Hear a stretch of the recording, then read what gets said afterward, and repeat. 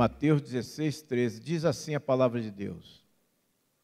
Indo Jesus para os lados de Cesareia de Filipe, perguntou aos seus discípulos: quem diz o povo ser o Filho do Homem?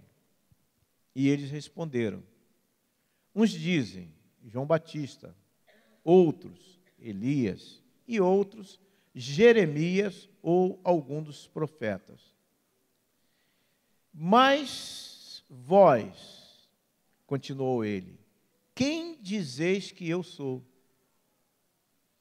Respondendo Simão Pedro, disse: tu és o Cristo, o Filho do Deus vivo. Então Jesus lhe afirmou: bem-aventurado és, Simão Barjonas, porque não foi carne e sangue quem te revelaram, mas meu Pai que está nos céus. A pergunta que ecoa até os nossos dias, já fazem 2000 anos, né, que Jesus esteve aqui na Terra,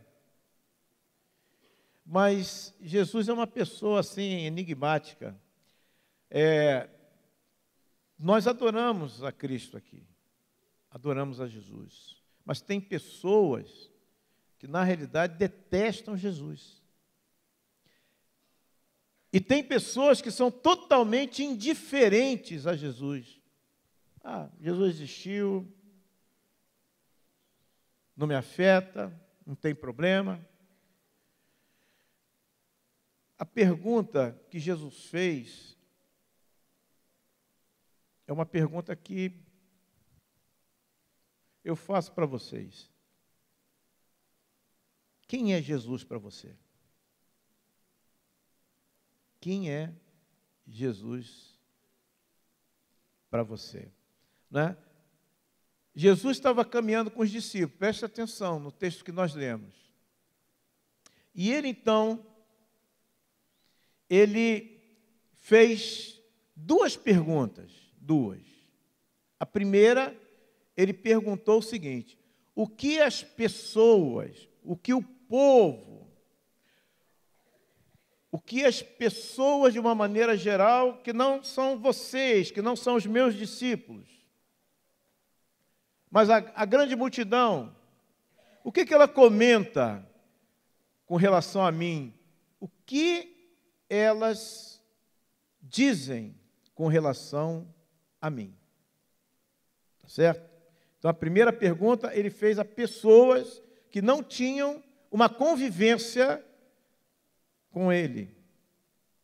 Uma convivência como os discípulos tinham. E eles responderam.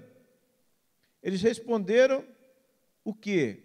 Eles responderam o seguinte: que essas pessoas diziam que ele era um dos profetas, Jeremias, Elias. Era a visão que as pessoas tinham de Jesus, porque Jesus era alguém que falava das coisas de Deus.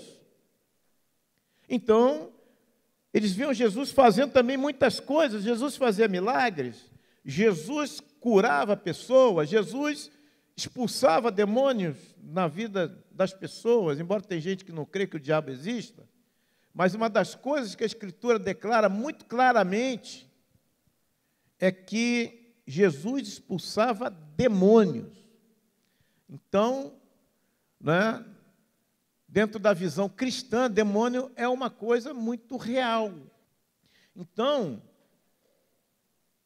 a palavra de Deus é clara. E nós, na vida cristã, lidamos muito com isso. Para nós, o mundo espiritual é uma coisa muito simples.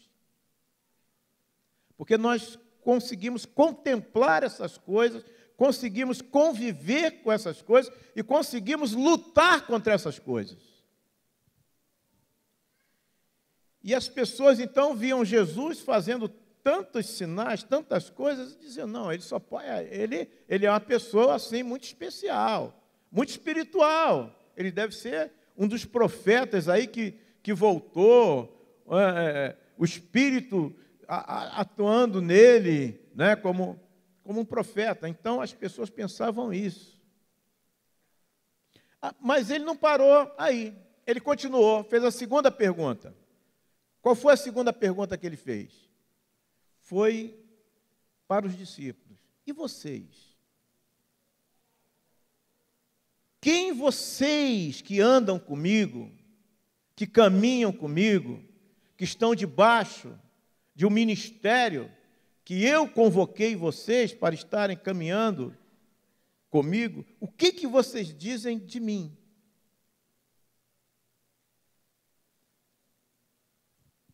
E aí, então, Pedro, né, normalmente era Pedro quem tomava inicialmente, né, a voz, às vezes, em determinadas situações, né, nesse trabalho, nesse ministério. Pedro aí responde para Jesus: Tu és o Cristo, o Filho do Deus vivo. Olha só.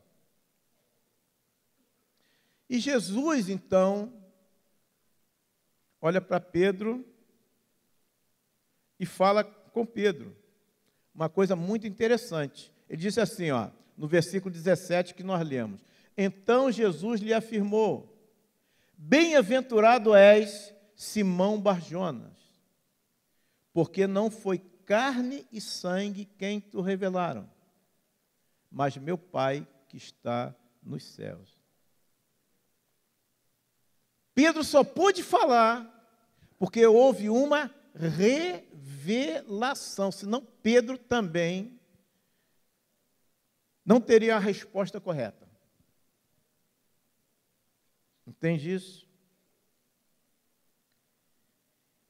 Quando veio a revelação a Pedro, Pedro falou: Tu és o Cristo, o Messias, o ungido, o Filho do Deus vivo. Interessante.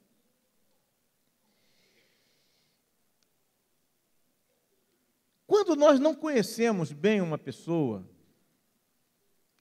quando nós não sabemos, né, quem ela é, dificilmente nós vamos valorizar essa pessoa. Quando a gente sabe que a pessoa que está diante de nós é uma pessoa importante, que ela é uma pessoa que tem uma influência social, uma influência na sociedade,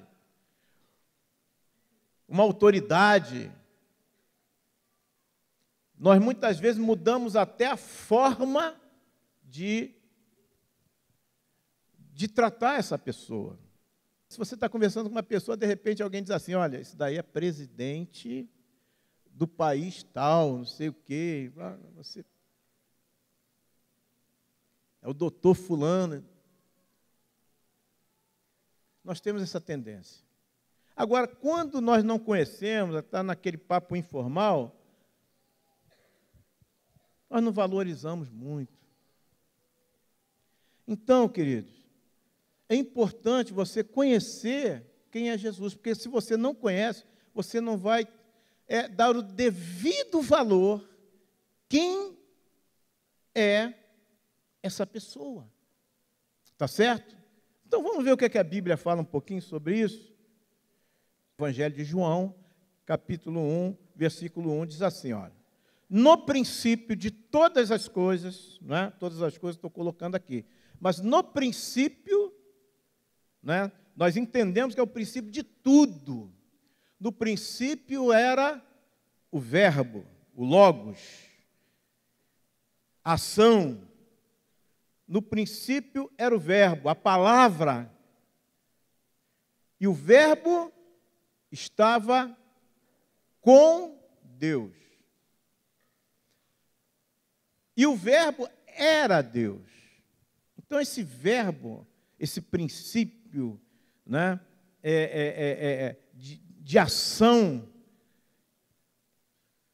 ele estava com Deus, mas ele também era Deus. Né, eu já expliquei para as pessoas, por exemplo, a água, ela tem, né, a molécula da água é H2O. Tá certo?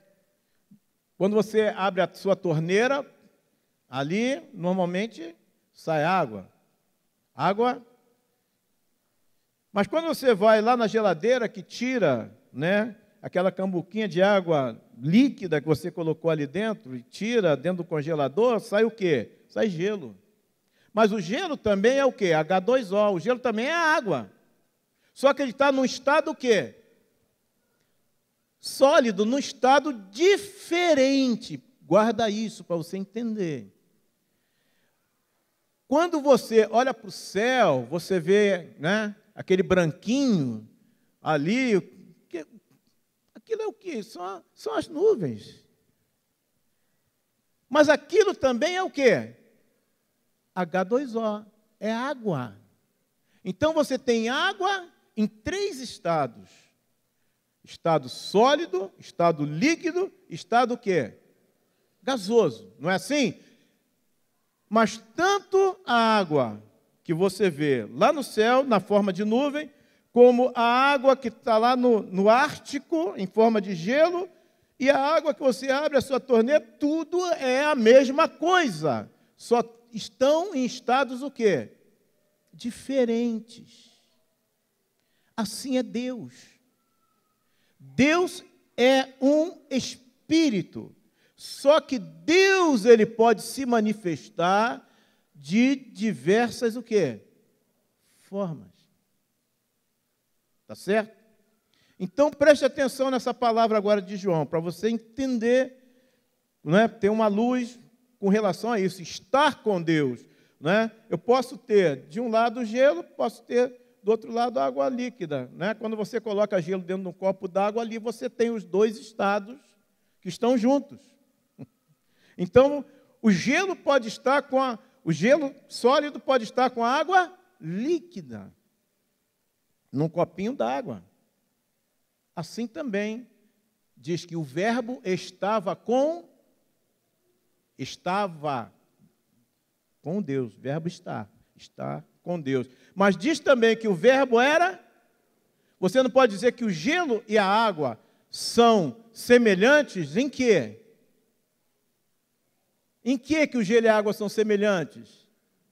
Na essência, H2O.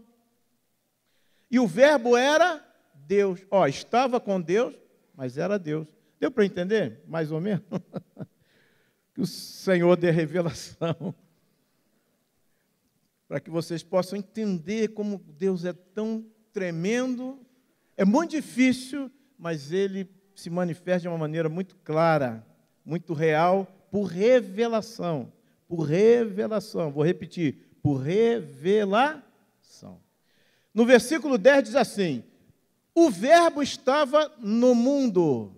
O verbo estava no mundo. E o mundo foi feito por quem? O mundo, a criação, foi feito por quem? Foi feito por intermédio dele. Dele quem? Do verbo. O verbo criou o mundo. O mundo foi feito pelo verbo. O mundo foi feito por ele. E sem ele, o que tem? Nada do que foi feito se fez. Tudo foi feito pelo verbo. Tudo foi feito pelo Logos. Tudo foi feito pela palavra. Tá certo? Agora, olha que coisa interessante agora. O versículo de número 14, né? O mundo não conheceu. Lá no 10 está escrito. O mundo não conheceu o verbo. O mundo não conheceu esse ser. E o verbo se fez o quê? Está escrito. E o verbo se fez o quê? Mas o verbo não criou todas as coisas? O verbo estava com Deus e o verbo era Deus. E esse verbo, gozado, ele se fez o quê? Se fez como você é. Se fez carne. E o que mais que ele diz? E habitou aonde? Habitou entre nós. Olha que coisa tremenda. Cheio de graça aí, e vimos a sua glória. Isso o apóstolo falando, João falando. E vimos, ele e os outros apóstolos, vimos a sua glória. as pessoas viram a sua glória, a glória do Verbo, como a do unigênito do Pai. O que é unigênito? Hein? Único o quê? Filho.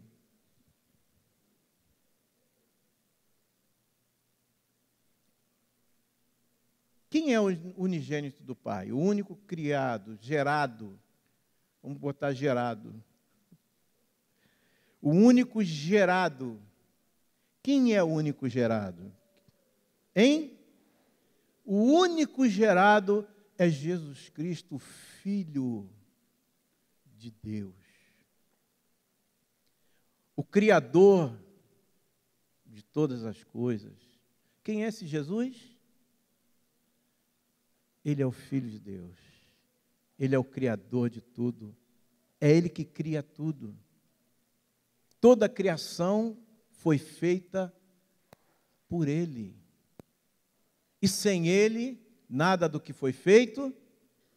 Jesus não é qualquer um. Jesus não é um profeta. Jesus não é simplesmente um dos santos que veio à terra. Ele é Deus que veio à terra. Mas veio com uma missão. E nós precisamos entender qual é a missão de Deus. Filipenses 2, ele diz assim, uma coisa muito interessante também, que ele declara: Cristo Jesus, subsistindo em forma de Deus, versículo 1, não considerou o ser igual a Deus, antes a si mesmo se humilhou, e veio em forma de homem, e como homem se humilhou, morrendo morte de cruz. Deus veio à terra. Jesus não é um profeta. Jesus não é um espírito maravilhoso, um dos espíritos especiais que vieram à terra. Não tem nada disso. Deus veio. Sabe por que Deus veio? Vamos ver agora, para que você entenda. Atos 2,36 diz assim: esteja absolutamente certa, pois toda a casa de Israel, que este Jesus, que vós crucificastes, Deus o fez Senhor e Salvador, Messias, ungido. Deus fez dele Senhor. Jesus, ele veio à terra com uma missão. Qual missão? De ser Senhor. O que é Senhor? Senhor é a palavra que no grego quer dizer Kyrios, quer dizer o dono, o amo de tudo e de todos. Jesus veio para isso, para ser o Senhor da sua vida. Jesus veio para isso, para ser o Salvador seu. Porque diz a Bíblia que todos nós estamos condenados à morte eterna. Mas Deus, Ele mesmo, viu a nossa miséria, viu o nosso pecado, viu que nós estávamos longe dEle, e Ele disse: existe uma forma de libertar o homem, eu mesmo vou me sacrificar, eu mesmo vou ali tornar-me da forma humana, para que as pessoas que crerem, elas recebam a direção de suas vidas como Senhor. Eu estou ali para dirigir a vida das pessoas, estou ali para morrer por elas, derramar o sangue como ser humano e aí libertar as pessoas do pecado, libertar as pessoas da condenação eterna. Essa é a missão de Jesus. E Ele veio e fez isso, e a história dele é contada aí, principalmente na época de fim de ano, mas todos os dias, hoje, irmãos, existem milhares de pessoas que estão reunidas em nome de Jesus, como nós estamos aqui hoje. Jesus veio para transformar a vida do homem. Lucas 4, 16 a 21. Indo para Nazaré, Jesus era chamado Nazareno, tá certo? Onde fora criado, entrou num sábado na sinagoga. Porque encarnado Jesus era judeu. descendência de Maria. Tá certo? E o costume do judeu era estar num local para os judeus juntos estudarem a palavra de Deus. E Jesus ali estava na sinagoga, né? Vamos chamar de a igreja dos judeus, né? Só para fazer uma comparação aqui. Então, ele entrou, como era o seu costume, Jesus tinha costume de ir na sinagoga. Espero que você tenha costume também de estar sempre reunido com o povo de Deus. E levantou-se para ler. Então lhe deram o livro do profeta Isaías. E abrindo o livro, achou o lugar onde estava escrito. Então ele foi, procurou e abriu justamente a passagem aonde estava escrito o seguinte, né? Versículo 18. O Espírito do Senhor está sobre mim, pelo que me ungiu para evangelizar os pobres. Guarda bem. 1. Evangelizar os pobres.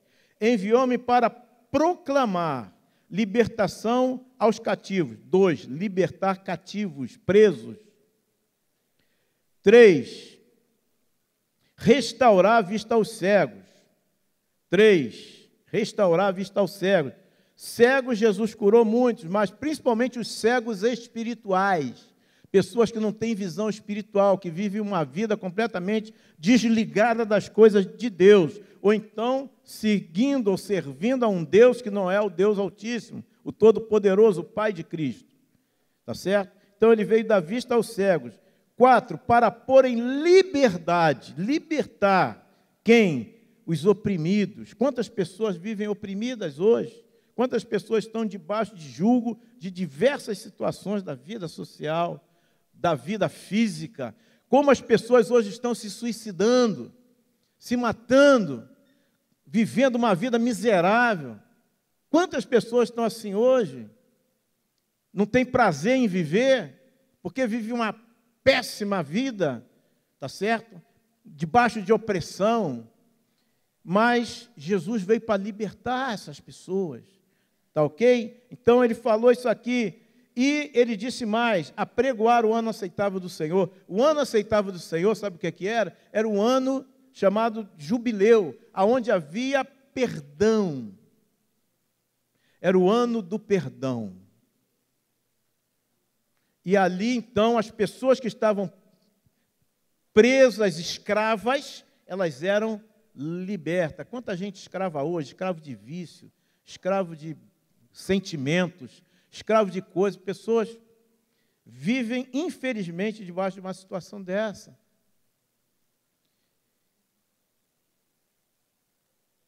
João 10,10 diz assim, o ladrão vem somente para roubar, matar e destruir. Eu vim para que tenham vida e a tenham em abundância. Jesus quer dar vida, mas vida nós já temos. Então que vida é essa que Ele quer dar? Ele quer te dar uma vida próspera, uma vida feliz, uma vida que seja realmente prazerosa, uma vida abundante, uma vida que você não dependa, né, de nada desta terra, mas que você seja livre para viver uma vida feliz.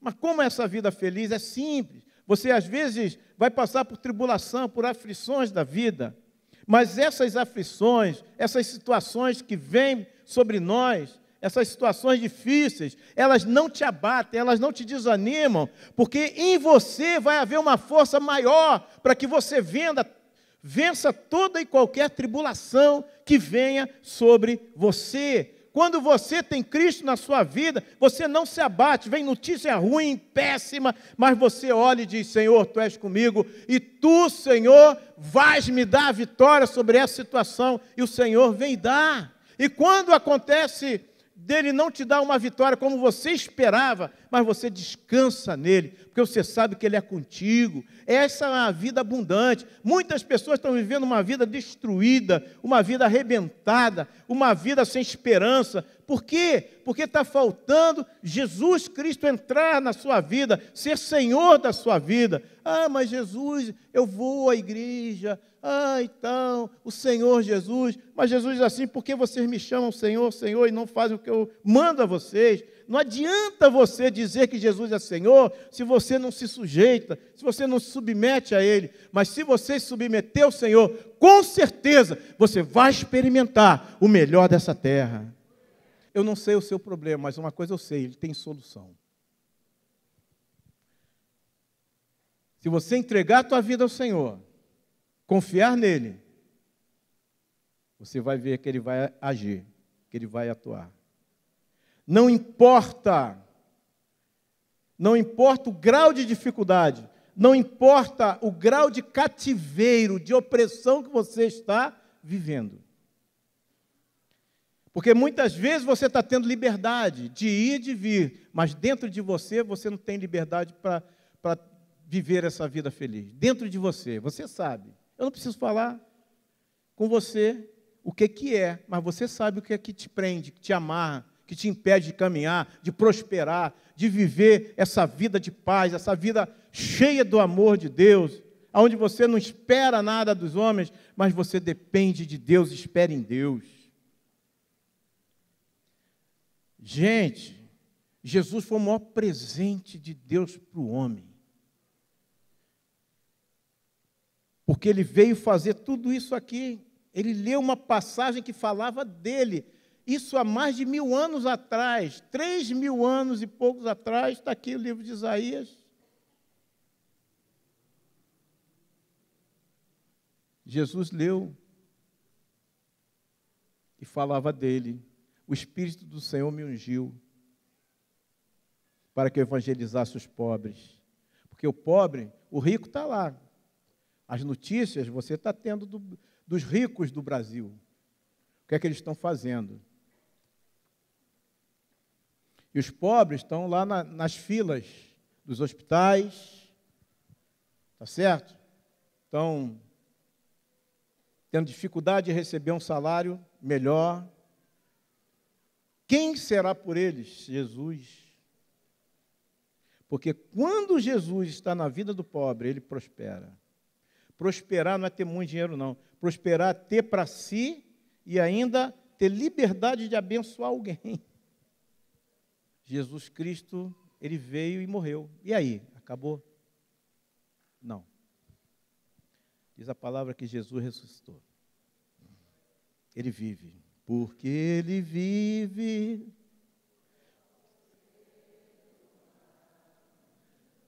Você pode crer no amanhã porque ele vive. Ele não ficou no túmulo.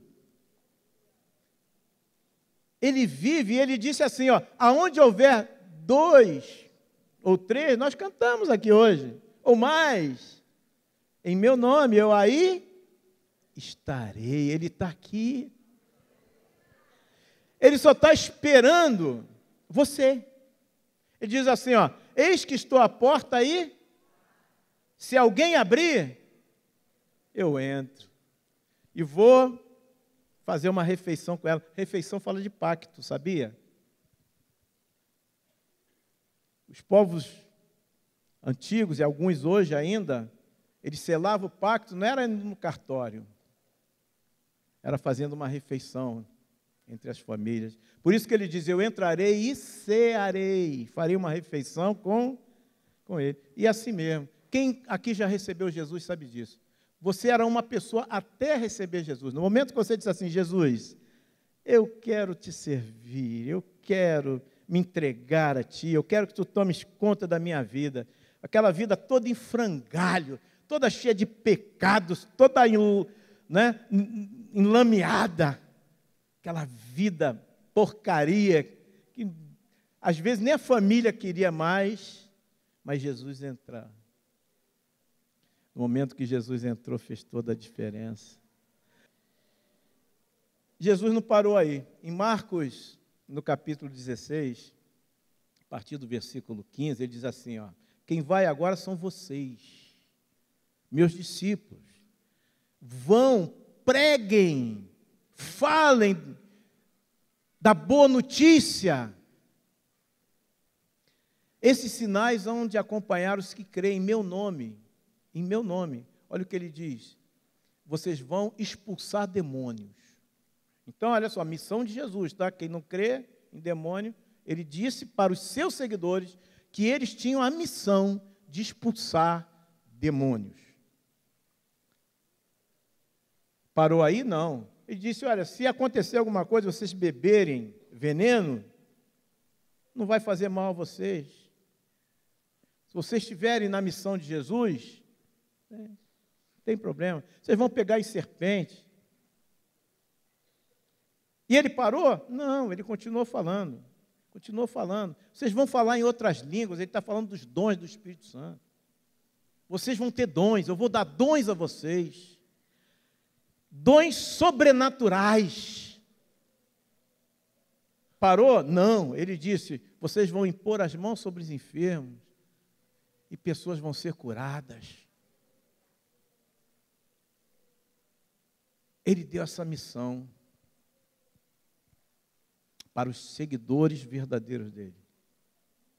Então, queridos, eu queria dizer para você, se você entrou aqui hoje sem saber quem era Jesus, você tem a oportunidade de saber que Ele é a pessoa mais importante do mundo, e Ele veio e morreu por você, morreu, mas antes Ele foi vencedor sobre tudo e se tornou Senhor, para governar a sua vida, dirigir a sua vida, para que a tua vida não seja mais uma bagunça, mas que seja dirigida pelo próprio Deus.